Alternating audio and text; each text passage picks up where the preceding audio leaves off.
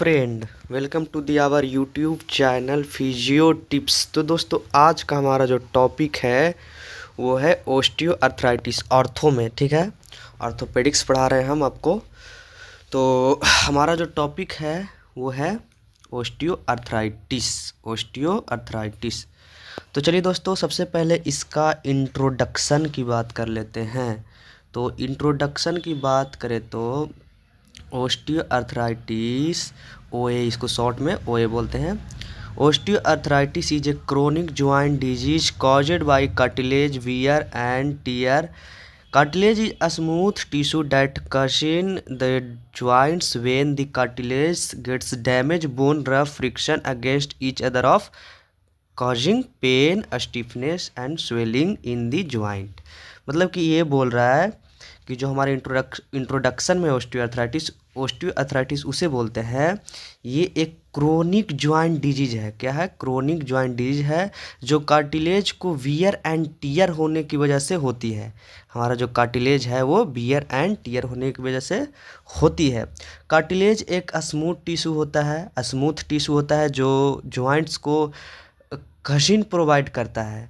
जब ये cartilage damage होता है तो ये बोन एक दूसरे से रब कर जाते हैं। क्या कर देते हैं? रब कर जाते हैं। रब होने लगता है जिससे पेन और स्टिफनेस होता है। क्या होता है? पेन और स्टिफनेस होता है। ठीक है, और क्या होता है? स्वेलिंग भी होता है जॉइंट्स में। अब आते हैं दोस्तों, इसका शॉर्ट फॉर्म में जान लेते हैं।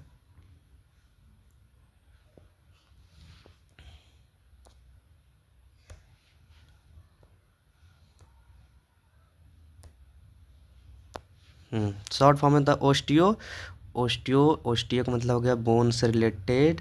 आर्थरो का मतलब ज्वाइंट रिलेटेड।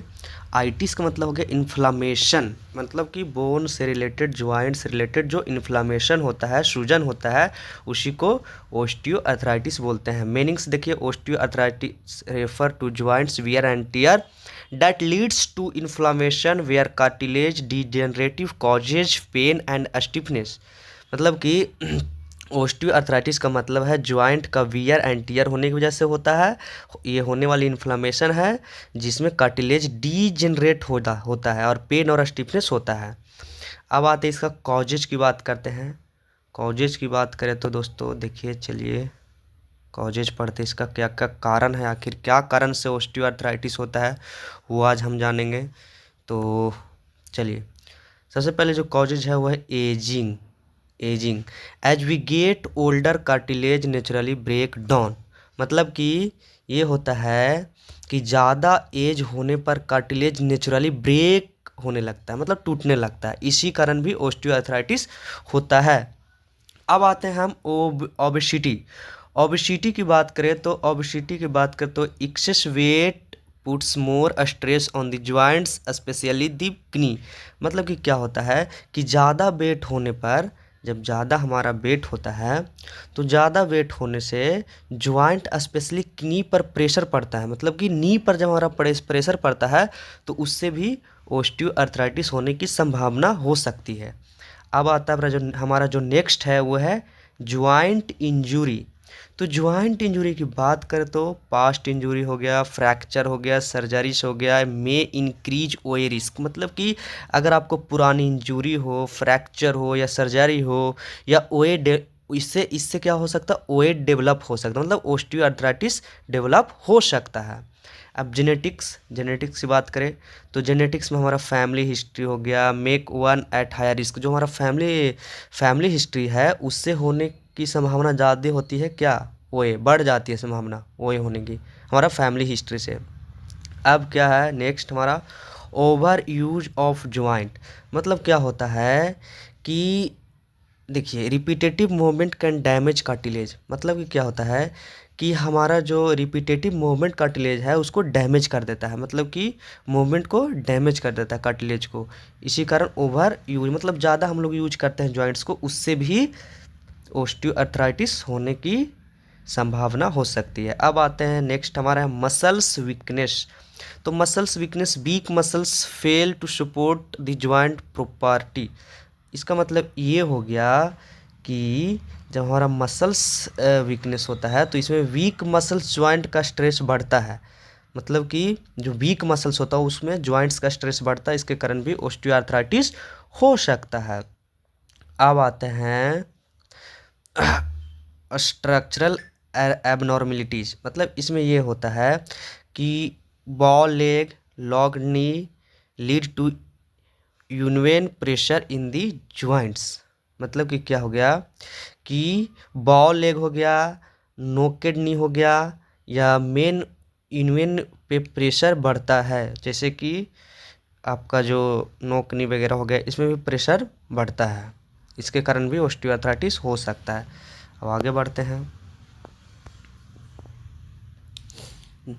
जो आगे में हमारा वो क्या है, वो है ये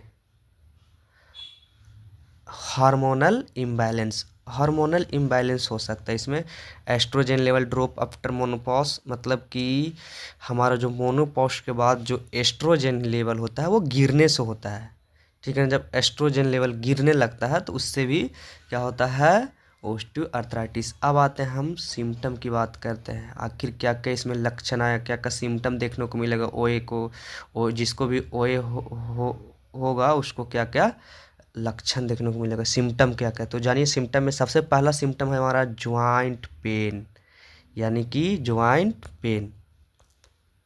तो ज्वाइंट पेन में क्या हो गया, the most common symptom worsen with moment and is eased by rest weight bearing joint knee hips spine typically experience more pain. मतलब कि क्या होगा इसमें कि आपका जो ज्वाइंट पेन में सबसे ज़्यादा कॉमन सिम्टम है जो ज्वाइंट मूवमेंट, जो मूवमेंट के साथ बढ़ता है और रेस्ट करने पर थोड़ा आराम मिलता है। मतलब कि जब मूवमेंट कीजिएगा तो बढ़ता है, जहाँ रेस्ट करने लगेगा आराम करने लगे तो थोड़ा आराम मिलता है। और जो और क्या है इसमें,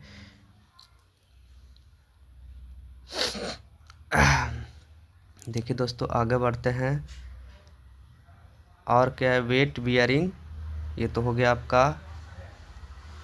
अब आता है ज्वाइंट स्टिफनेस में। तो ज्वाइंट स्टिफनेस में क्या होता है कि इसमें ज्वाइंट स्टिफनेस होने लगता है जब morning stiffness persist later in the day. मतलब कि क्या होता है इसमें, जानते हैं हम लोग कि मॉर्निंग स्टिफनेस या रेस्ट के बाद जो स्टिफनेस होता है ना, इसमें यही होता है ज्वाइंट स्टिफनेस में, जिससे क्या होता है स्वेलिंग और इन्फ्लामेशन होता है। स्वेलिंग और इन्फ्लामेशन, आगे बढ़ते हैं। तो fluid accumulation in the joint में lead to mild swelling, severe case can develop inflammation causing redness and warmth. मतलब कि इसमें ये होता है कि ज्वाइंट के अंदर फ्लूइड एक्युमुलेशन होने से मिल्ड स्वेलिंग हो सकता है।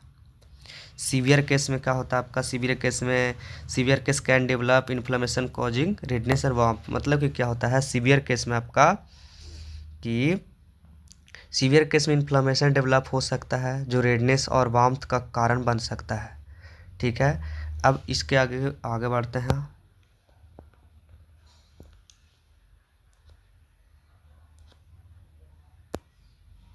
रिड्यूस रेंज ऑफ मोशन, क्या होता है, reduce range of motion. Daily activities like walking climbing stair और स्क्वेटिंग बिकम डिफ़िकल्ट। मतलब कि डेली एक्टिविटी जैसे कि वॉकिंग हो गया, क्लिम्बिंग हो गया, स्टेयर या स्क्वाटिंग डिफ़िकल्ट हो सकता है इसमें, ठीक है। अब ज्वाइंट डिफॉर्मिटी होता है। देखिए ज्वाइंट डिफॉर्मिटी की बात करें तो cartilage wear can change the joint shape with severe OA bone spar osteophyte may develop leading to joint and fusion। मतलब कि इसमें क्या होता है, ज्वाइंट डिफॉर्मिटी में कार्टिलेज वियर होने से ज्वाइंट शेप चेंज हो सकता है, ठीक है। और क्या हो सकता है,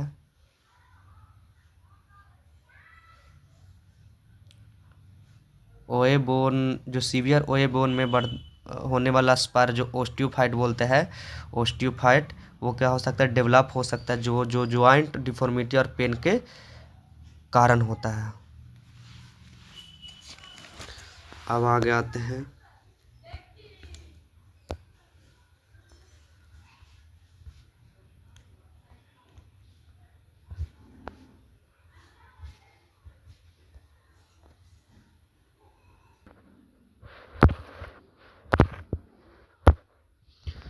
और हमारा सिम्टम में देखते हैं। तो क्रैकिंग और पॉपिंग साउंड क्रिप्टस जैसे कि आवाज़ आता है क्रैकिंग और पॉपिंग का। जैसे कि क्या होता है देखिए, joint movement can use clicking, grinding और पैपिंग साउंड्स। मतलब कि ज्वाइंट मूव करने पर क्लिंकिंग और ग्राइंडिंग या पॉपिंग साउंड आ सकता है, ठीक है इसमें। और क्या है, cartilage thinning and rough bone surface causes friction lead to crepitus. मतलब क्या होता है इसमें कि ये जो है आपका कार्टिलेज, ये कार्टिलेज थाइनिंग या रफ बोन सरफेस के फ्रिक्शन की वजह से हो सकता है, ठीक है। Weakness and muscles wasting, next जो हमारा है सिम्टम में वो क्या है, नेक्स्ट हमारा जो सिम्टम में है वो है वीकनेस एंड मसल वेस्टिंग। तो इसमें क्या होता है कि joint pain and stiffness can weaken muscles. मतलब कि क्या होता है इसमें कि आपका जो जॉइंट है, जॉइंट का पेन और स्टिफनेस मसल्स को वीक बना सकता है, ठीक है ना इसमें आपको, ठीक है। अब क्या है, less activity can causes muscles to shrink atrophy. मतलब कि लेस एक्टिविटी से मसल्स श्रिंक या अट्रोफी हो सकता है, ठीक है। मतलब एक्टिविटी बहुत कम की जाए तो। Increase pain in cold weather, इसमें क्या होता है देखिए, नेक्स्ट हमारा है increase pain in cold weather. मतलब कि due to joint fluid viscosity change, knee osteoarthritis, trouble with climbing stair. मतलब कि ये ज्वाइंट फ्लूइड विस्कोसिटी चेंज होने की वजह से हो सकता है, जैसे कि नी ऑस्टियोआर्थराइटिस, ट्रबल विथ क्लिम्बिंग। मतलब कि चलने या सीढ़ी चढ़ने में दिक्कत हो सकता है, चलने या सीढ़ी चढ़ने में दिक्कत हो सकता है। नी ऑस्टियोआर्थराइटिस ये हो गया। हिप ऑस्टियोआर्थराइटिस भी हो सकता है, जैसे कि पेन विथ वॉकिंग, सीटिंग और स्टैंडिंग। मतलब कि चलने, बैठने और उठने में भी प्रॉब्लम आ सकता है, पेन हो सकता है। अब आगे बढ़ते हैं।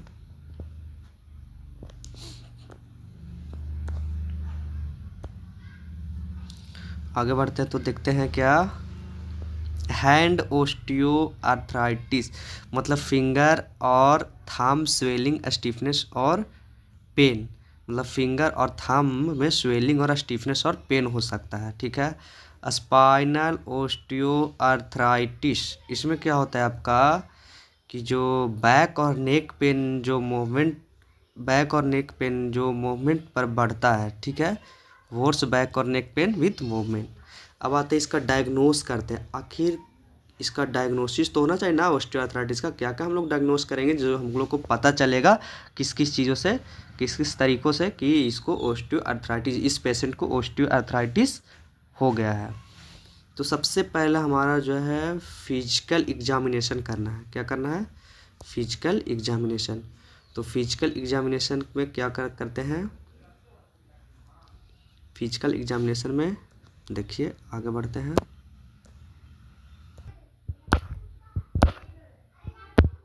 चलिए तो डायग्नोस की बात करते हैं।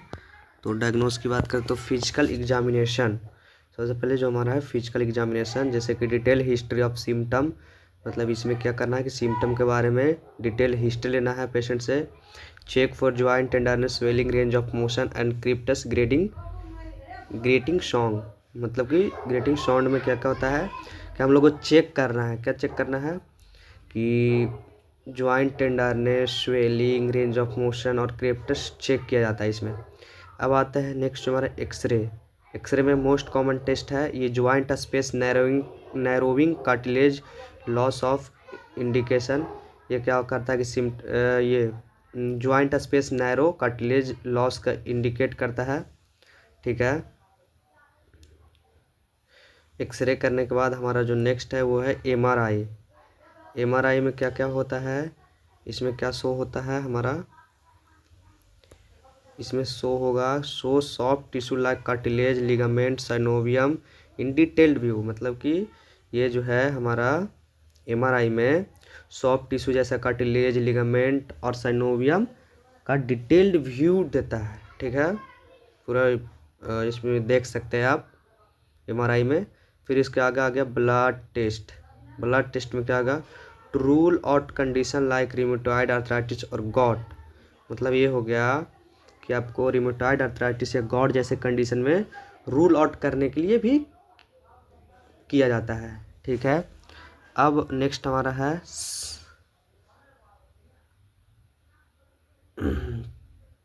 अब देखिए, अब डायग्नोस में आगे बढ़ते हैं। डायग्नोस करने के लिए और भी हमारा रूल है जो है ग्रेड ऑफ ओए।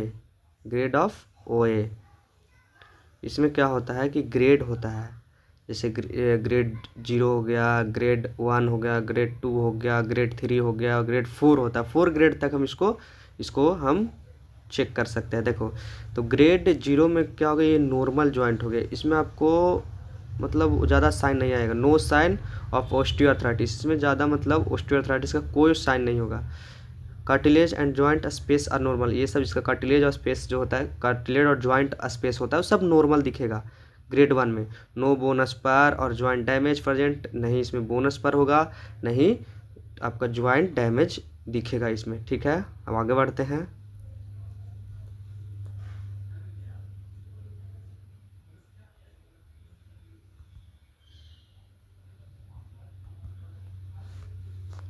चलिए दोस्तों, तो आगे बढ़ते हैं।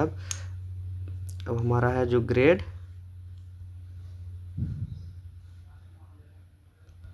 देखिए एक मिनट,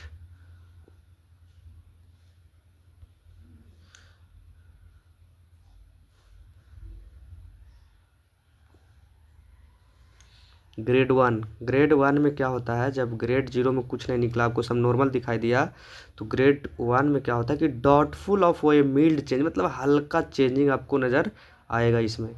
जैसे कि माइनर बोन स्पर, ओस्टियोफाइट दिखेगा जो विजिबल होते हैं इसमें। कार्टिलेज लॉस मिनिमल, हल्का सा कार्टिलेज दिखाई देगा, लॉस जो होगा कार्टिलेज लॉस दिखाई देगा आपको। नो सिग्निफिकेंट पेन और सिम्टम, मतलब कि आपको पेन और सिम्टम, पेन बहुत कम, मतलब पेन नाक बराबर इसमें होता है। अब ग्रेड 2 में आते हैं। ग्रेड 2 में मिल्ड ओए या अर्ली स्टेज, यहाँ से स्टार्ट होता है आपको ऑस्टियोआर्थराइटिस होना। तो देखिए, noticeable bone spur osteophyte develop late. इसमें क्या होता है कि जो बोन स्पर है ओस्टियोफाइट, वो डेवलप होता है, मतलब लेट हो जाता है, होने लगता है डेवलप। जॉइंट स्पेस नैरोविंग स्टार्ट, इसमें क्या होता है आपका ग्रेड 2 में कि जॉइंट स्पेस नैरोविंग स्टार्ट हो जाता है। नैरोविंग देखने को आपको मिलेगा। और क्या है, joint pain with stiffness and slight movement back of fourth difficulty. इसमें क्या होता है आपको कि मिल्ड पेन या स्टिफनेस हो सकता है, स्पेशली जो मूवमेंट के बाद होता है। ठीक है, जब मूवमेंट आप कीजिएगा उसके बाद। अब आगे बढ़ते हैं, ग्रेड 3 में पहुंचते हैं हम लोग। तो ग्रेड 3 में पहुंचने के लिए सबसे पहले इसको बोलते हैं एडवांस स्टेज, ग्रेड 3 को। ठीक है, तो इसमें क्या होता है, आपको क्या देखने को मिलेगा जब डायग्नोस कीजिएगा, तो डायग्नोस करने के बाद आपको ये देखने को मिलेगा कि जॉइंट स्पेस सिग्निफिकेंटली नैरो होती है। मतलब कि आपका जो आपका जो जॉइंट स्पेस है वो सिग्निफिकेंटली नैरो हो जाता है। ठीक है, आगे देखते हैं cartilage damage clear bone deformity. मतलब कि इसमें क्या होता है आपको कि कार्टिलेज डैमेज और बोन डिफॉर्मिटी दिखाई देने लगता है। ठीक है, पेन स्टिफनेस और स्वेलिंग मूवमेंट ये सब दिखाई देगा आपको। साउंड आएगा क्रेप्टस या ग्रेटिंग का। अब आते हैं हम लोग ग्रेड 4 में, जिसको बोलते हैं सीवियर ओए। मतलब कि आप लेट स्टेज में हैं, ज़्यादा लेट कर दिया पेशेंट। इसमें क्या देखने को मिलता है कि severe joint space narrowing nearly complete loss. ये हुआ इसमें कि सीवियर ज्वाइंट स्पेस नैरोविंग या ऑलमोस्ट कंप्लीट लॉस ही हो जाता है। ठीक है, large bone spur and joint deformity develop. इसमें आपको क्या होता है कि लार्ज बोन स्पर और ज्वाइंट डिफॉर्मिटी डेवलप हो जाता है। Cartilage almost completely worn out of nearly bone on bone. इसमें क्या होता है आपको कि cartilage almost completely worn out होता है। ठीक है, वो आगे बढ़ते हैं।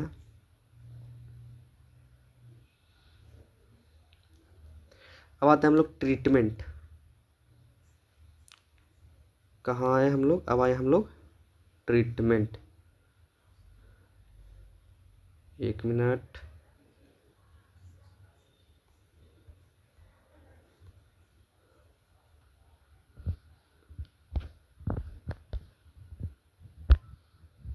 चलिए हम लोग ट्रीटमेंट देखते हैं।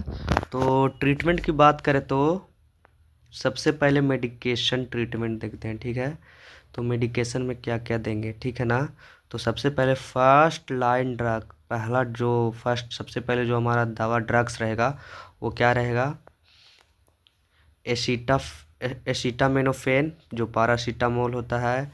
सेंट्रल प्रोस्टेट ग्लैंडिन सिंथेसिस इनहिबिट, जो ये इनहिबिट करके पेन को रिलीफ करता है। अब और देते हैं इसके बाद NSAID non steroidal anti inflammatory drugs, जैसे आपका इसमें आ गया आइब्रूफेन, नेप्रोक्सेन, डाइक्लोफेनिक, एसेक्लोफेनिक। ठीक है, अब आगे बढ़ते हैं।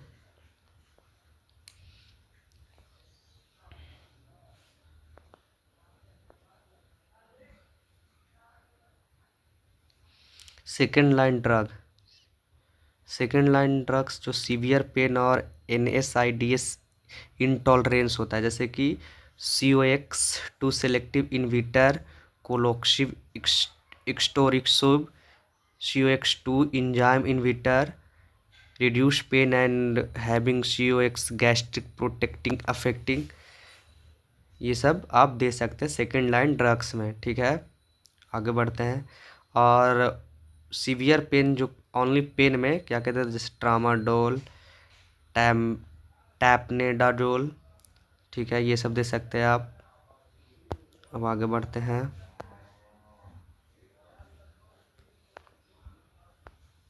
चलिए देखिए दोस्तों, अब क्या है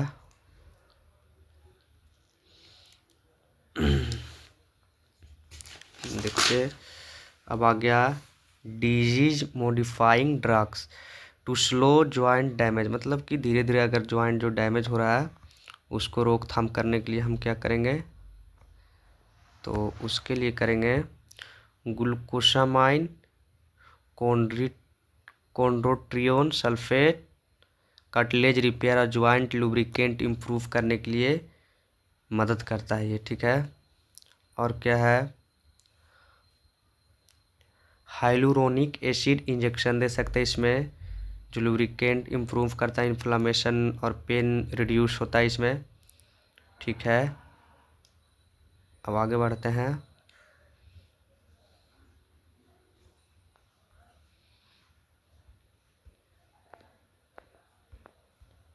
इसमें देखिए आगे बढ़ते हैं।